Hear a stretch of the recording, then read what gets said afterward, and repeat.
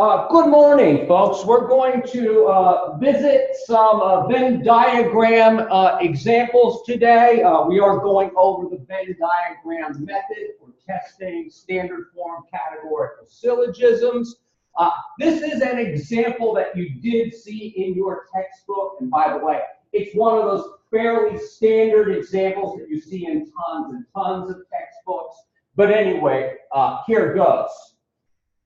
This syllogism we already learned, mood and figure, was A1. It reads, all humans are mortals, all Greeks are humans, therefore all Greeks are mortals. Now you've already seen a diagram of a AAA syllogism. So this one should not be too much of a challenge. Now recall when we apply the method that we diagram the two premises, what they mean, and then we interpret the diagram to make sure if the conclusion has been diagrammed or not. If it has, it's valid. If it hasn't, it's invalid. Now let's do this one. All humans are mortal. So we're talking about the class of all things humans and its relationship to mortals. So here we will be shading sectors 1 and 4. And recall from previously that the convention is we shade the area not where there are members. Yeah, we shade the area where there are no members. So what this shows is that every single thing that's a human is also in this class of things that are mortal. That's what this one is saying. Now, folks, for contrast, and also so we can review what's diagramming what, I have an attractive other colored marker today. We're going to do the second premise in this color ink. All Greeks are humans. We're going to shade in all the area of class Greeks that are not part of the class of things human. So like so, I'm going to shade in 6 and 7 because we're saying that all Greeks are part of the class of things human. Now, we can call the question, have we diagrammed all Greeks are mortals? The answer to that is absolutely. This one's valid. And if you were going to give a reason, which you'll be asked to do, it is because what we have here is one little sector, sector 5, that's left of Greeks. And guess what? It's part of the intersection of the class of things mortal. All Greeks are mortal has been diagrammed. And if you're asked for the reason, you say, because the only G left is in 5, which is also M. That's all you'd have to do to explain that. Now, if this method needs to sink in, we're going to look at a couple of other examples here. So I'm going to erase here. We're going to go a little bit more challenging with every single one that we do.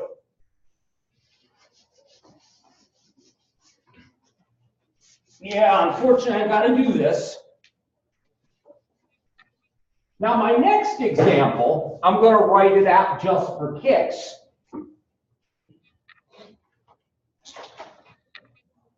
No political dissidents are holders of orthodox political views. I'm just going to abbreviate it because I'm a little lazy. All good Americans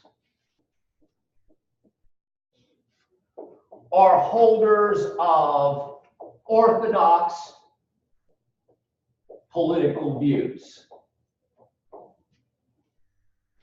Therefore, no good Americans are political dissidents. Now, folks, I intentionally use premises here that are not clearly what? They are not clearly true. The reason I did this for you is to highlight that idea that validity is not a question of whether or not the premises are true or not. The question is whether or not the structure is a logically good one. So what I would do here is get rid of the words altogether. And I'd make this no D for political dissidence,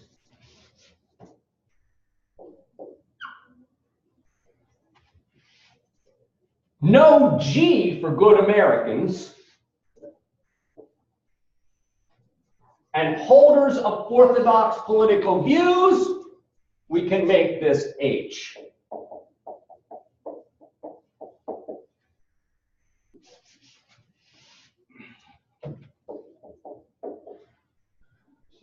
So now you won't have the words to get in the way of your thinking about whether or not the premises are true or not, because the truth of the premises is irrelevant to validity.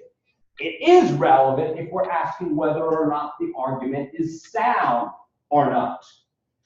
Now, the next thing you might be asked is, what's the mood and what's the figure?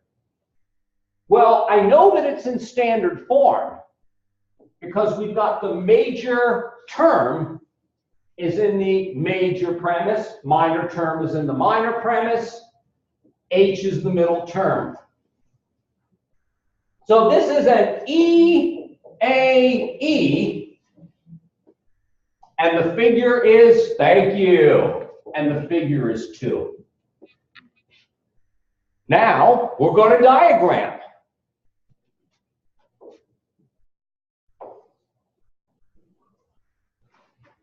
Okay, D, H, G, 1, 2, 3, 4, 5, 6, 7.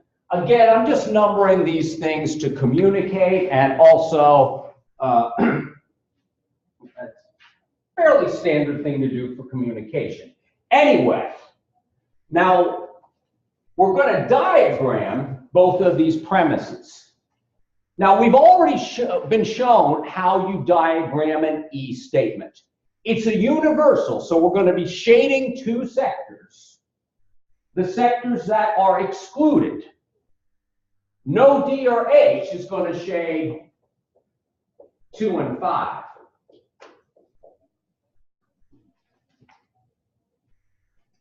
What that's saying is there's no things that are D that are also a member of class H. We'll stick with our purple pen for the second one. All G are H.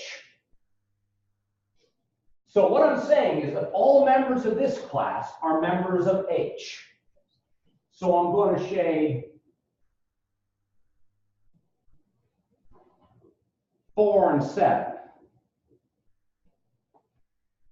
That's properly diagrammed. Now, I call the question, is this valid or is it invalid? My alleged conclusion is no G or D. No G or D. That looks to me like it's been what? That looks to me like it has been diagrammed. Because which section is no G or D? Not quite. No G or D has been diagrammed. So why did you explain why you shaded 4? Oh, because this says all G or H. Yeah. I shaded all the parts of G that are not a member of H. Because remember, this second one's an A statement. No G or D has been diagrammed because which two sectors have been shaded? Not quite. So 4 and 5 have been shaded. so if it's okay, so I just got like a little bit confused. Yeah. So it's no G or D because 4 and 5 has been shaded. 4 and 5 is the no members, right? Yeah, Okay. 4 and 5 is what would be shaded if we were shading no G or D. So by diagramming the premises, we diagram the conclusion. So we can say that this one is valid. Now let's look at this next one.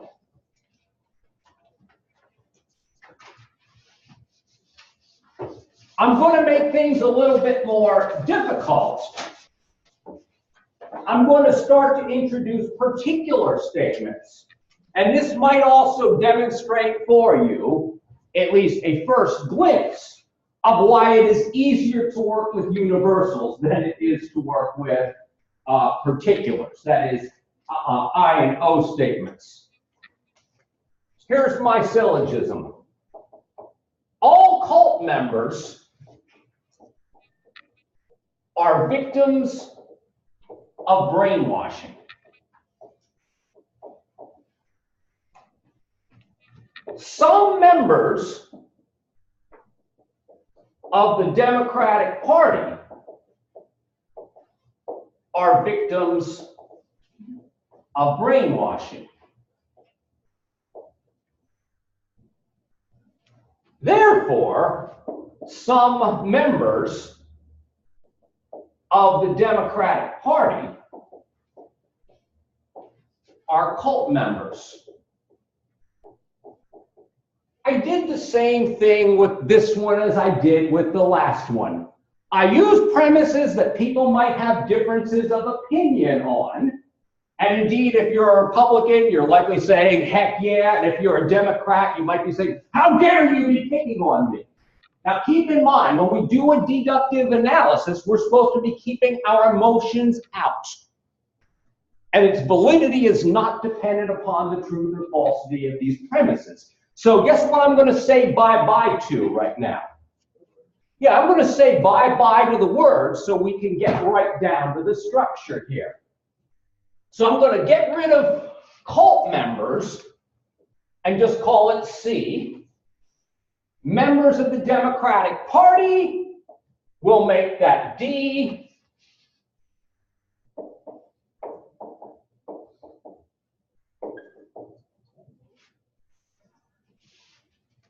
And for victims of brainwashing, we'll go with B.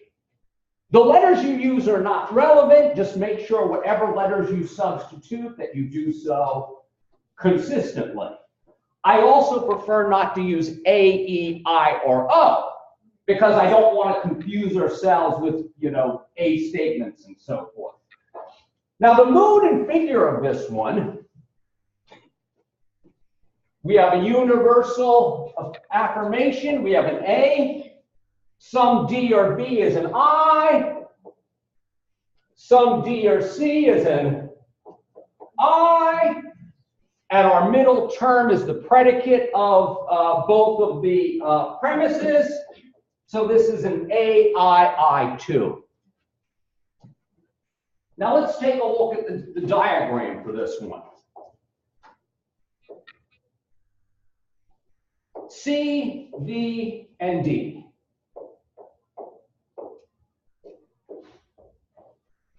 Okay, let's diagram all C or V. We've seen A statements before. They're easy enough to diagram.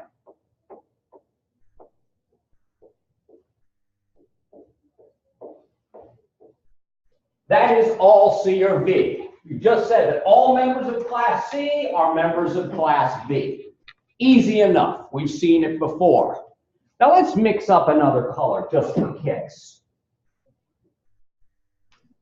Now this is the first time in this demo that you will be seeing a particular statement diagrammed.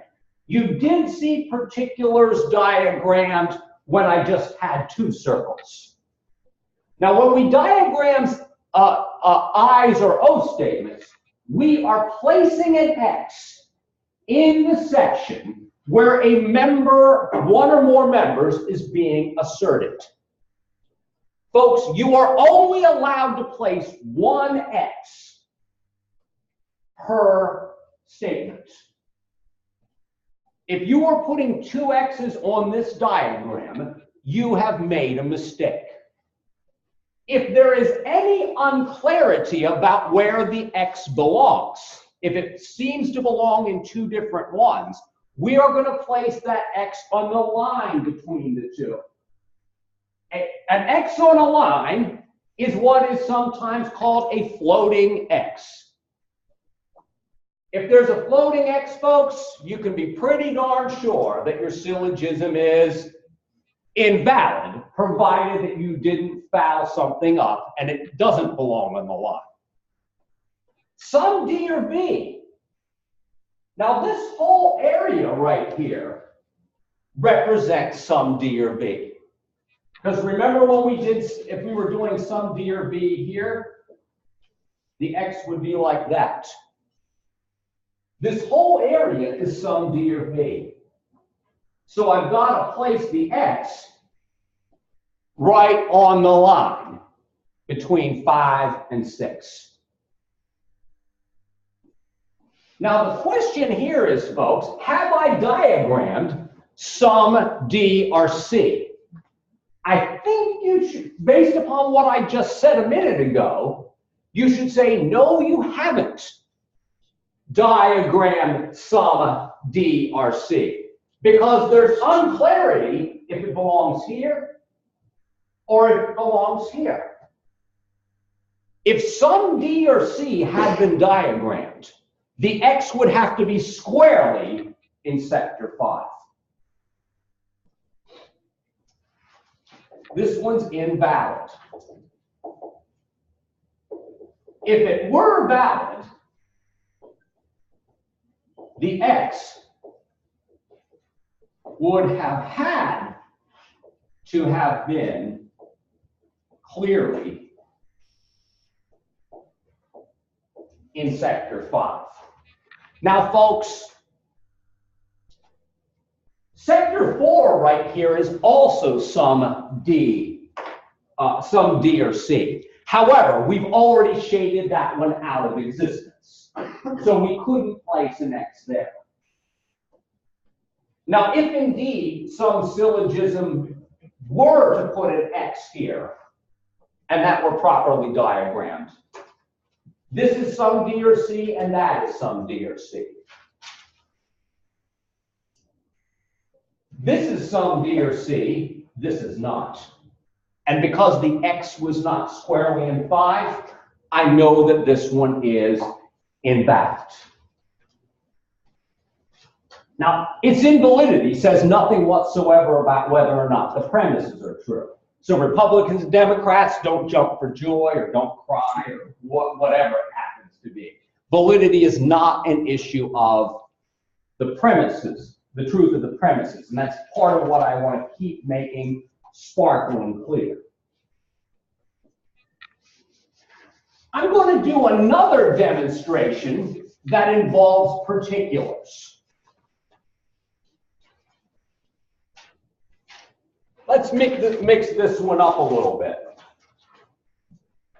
All red wine drinkers are consumers of vital nutrients. You know, they say a glass of red wine a day is generally speaking good for you, etc. But that's irrelevant to the structure. I just threw that in there. Some red wine drinkers are alcoholics.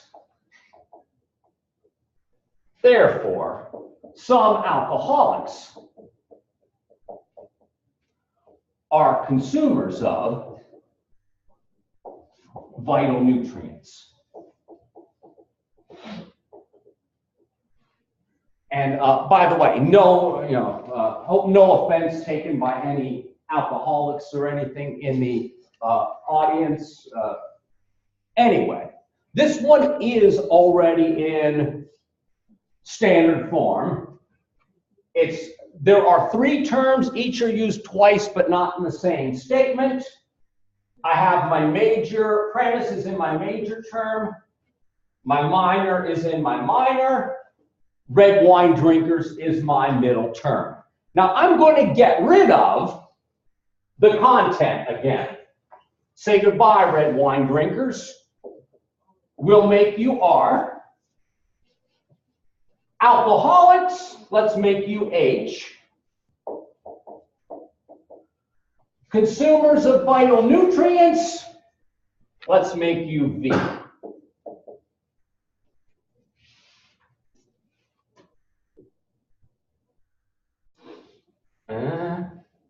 Oh.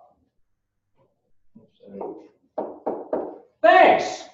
Yeah, I shouldn't erase until I'm sure where everything goes. Sorry for the stupidity on my part. Our first statement is an A. Our second one's an I, and our third one is also an I. Now, our last one was also an AII. We're looking at one now that's an AII 3. Thank you. Now let's do this one.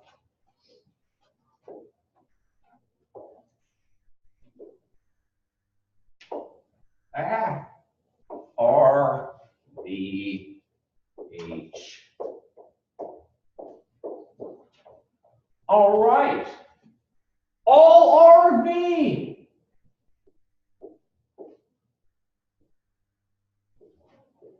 That one should have been no problem for us because we've seen the diagramming of A statements plenty of times already. Now, some are RH because it's a particular, it's an I statement. We are placing in X. Now, 4 and 5 is the area that represents some are RH. Because 4 has already been shaded, my X goes squarely in 5. Yeah. Well, yeah, it will be valid. I'm sorry. But let's just, occasionally when an X is fully in an area, it won't necessarily be valid. So I don't want to call it valid yet until we've called the question. Have we diagrammed some H or V? Now I'll say it. It's valid. The X in 5 is an H and also V. Now, this is something I have not said yet.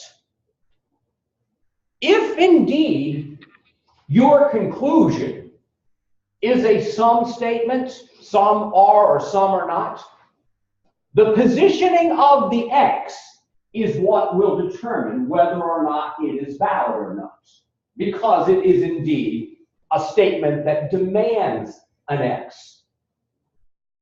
So when you're figuring out and explaining whether it's valid or not, you better darn well be referring to the placement of the X. And if the conclusion happens to be a universal statement, you better darn well be talking about areas that are either shaded or fail to be shaded. I hope that's nice and sparkling clear. Now, I have time for one more example.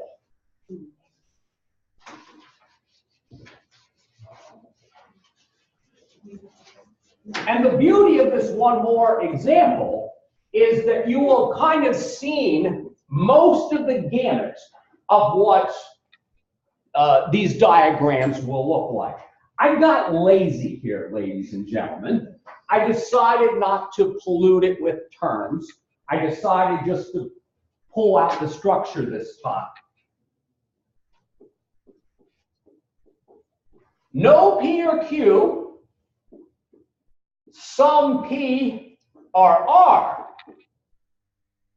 Therefore, some are not Q. And I heard someone in the audience say R right at the beginning. which was really nice because you knew this was the middle term. You already knew that this would have to be the subject because that's the placement of the minor term. Yeah, once you get used to these things, it actually comes fairly easy. If it doesn't come easily for you right now, don't worry about that. And I guess I'm showing my age here, but I've been doing this, I realize, for over 20 years. So if I don't know what I'm doing, well, we're in trouble.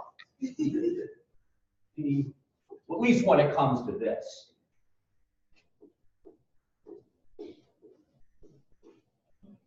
All righty. No P or Q. We're going to be shading.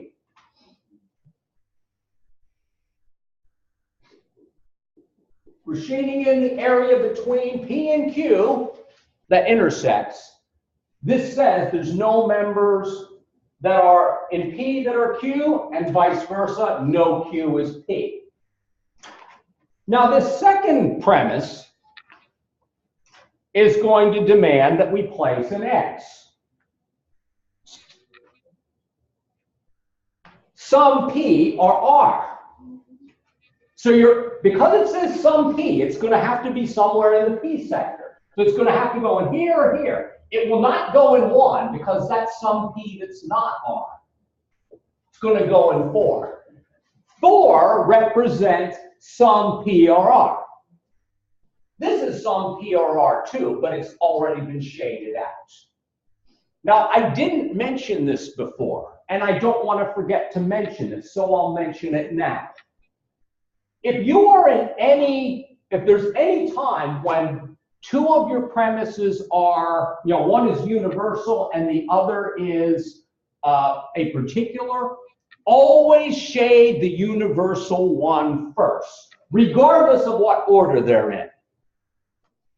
Because if you don't do the universal one first, where you shade out areas, you may mistakenly place the X where it does not belong. By shading the universal one first, you end up excluding the areas that are zeroed out ahead of time. If you had done this one first, you would have had to place it on the line, and then you would have had to go and backtrack and stick it over here. Now, sorry to be long-winded, I wanted to make sure that was clear. Call the question, have we diagrammed some R are not Q? And I forgot to mention, this is an EIO, and its figure is, thank you, 3. Thank you. Has some R are not Q been diagrammed? Absolutely. This one's valid. The X in 4 is an R that is not Q. This is an R that's not Q. By the way, 7 would also be an R that's not Q. And remember, all it has to do is demonstrate that there is some R that's not Q in order for this to be a valid syllogism. So it's not, so it makes it valid because since the X is already in that R, yeah. And it's in the 6 as well, that's what makes the whole thing. Yeah. Well, it's only valid because this X in 4 actually demonstrates the conclusion. Right. Because the question you're asking when you're asking if it's valid or not, you're asking, has the diagram demonstrated that some R are not Q? Well, yeah. Well, keep in mind, whenever you're asking whether or not an I or an O statement can be validly deduced, all you really need to do is ask the question about the X. Now, what you've shaded determines where the X ends up, but it is where this X is that ends up demonstrating that some R are not Q. So if it was in the 7, it would be the same thing, right? Yeah, if by happenstance our premises had put the X in 7, that would also show some R that's not Q. If the X were in 1, that would not be some R because that's not an R. it's a P. Yeah. Yeah, getting used to interpreting these diagrams, you know, sometimes clicks right away, but indeed it can take practice. So yeah, if it does not at first sink in, see some more examples, and they do end up coming more easily. Cheers for now. Hold on, gang.